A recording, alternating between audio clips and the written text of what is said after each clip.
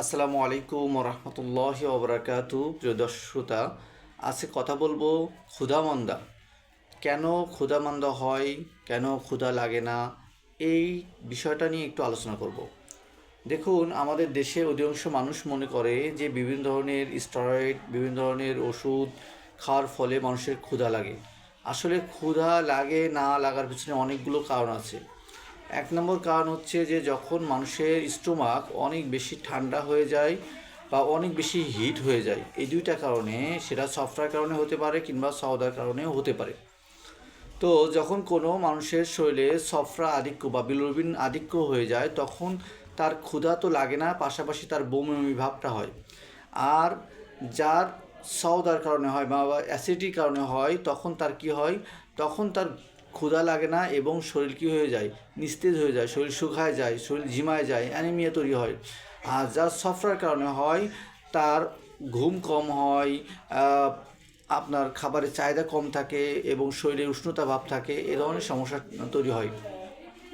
তো এখন এর সমাধানটা কি? এর সমাধান এটা হচ্ছে যে সফরা জাতীয় জিনিসে যাদের সফরার আধিক্য আছে, যাদের বিলোবিন আধিক্য আছে, তাদের এই বিলোবিন কী করা, অ্যাভয়েড করা।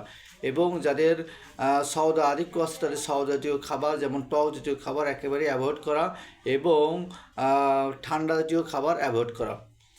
এটা হচ্ছে এই সওদা এবং সফরা আধিক্য, এবং অন্যান্য মিজাজেও হতে পারে বা অন্যান্য টেম্পারেচারও হতে পারে, তবে বেশিরভাগ ক্ষেত্রে সওদা এবং সফরা আধিক্যতার কারণেও হতে পারে। তো আমরা কি করতে পারি? আমরা কয়েকটা খাবার বেশি করে বেশি বেশি খেতে খেতে পারি। সেটা হচ্ছে যে আপনি ঘরে একটা নুস্খা আছে, এই নুস্খাটা যদি তৈরি করেন বা এই ধরনের উপাদান দিয়ে তৈরি করেন, তাহলে আশা করা যায় যে আপনার খাদ্য অভ্যাস কম হবে। এক নম্বর আসেন যে আমরা যে বলছিলাম যে যখন অম্ল আধিক্যতার কারণে আপনার শরীরে ক্ষুধা লাগে না, মানে ক্ষুধা হচ্ছে না, তখন আপনি কী করবেন? আপনি তখন যে সকল উষ্ণ খাবার যেমন লবঙ্গ, দারচিনি, জৈত্রিক, জয়ফল, এই ধরনের জিনিস কী করবেন, পাউডার করে চা হিসেবে খেতে পারেন।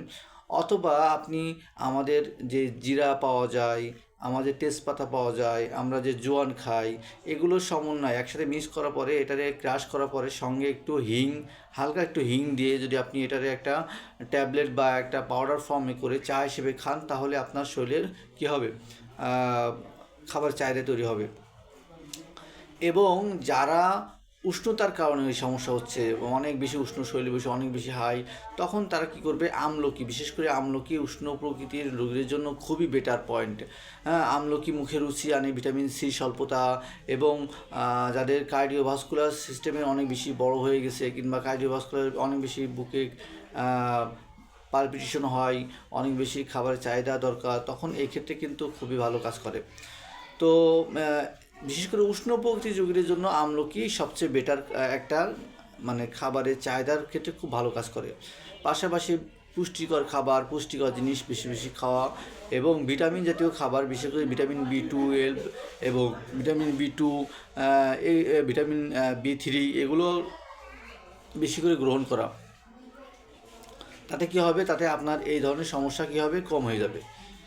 তো এগুলো আপনি ফলো করেন, ইনশাল্লাহ আশা করা যায় যে আপনি একটা ভালো রেজাল্ট পাবেন। যদি আপনি তারপরেও যদি ভালো রেজাল্ট না পান, তাহলে একজন অভিজ্ঞ ইউনানি চিকিৎসকের কাছে যাবেন, যিনি আপনার পালস ধরে তার ডায়াগনোসিস করে আপনি কোন টেম্পারেচার আছে সেটা দেখে আপনাকে একটা সাজেশন দেবে কোন খাবার খাবেন, কোন খাবার খাবেন না। তাহলে আশা করা যায় যে আপনার এই যে ক্ষুধাহীনতা বা ক্ষুধা কম হয়, এই ক্ষেত্রে খুবই ভালো কাজ করবে। তো সবাই ভালো থাকবেন, সুস্থ থাকবেন। আসসালামু আলাইকুম রহমতুল্লাহি ওয়া বারাকাতুহু।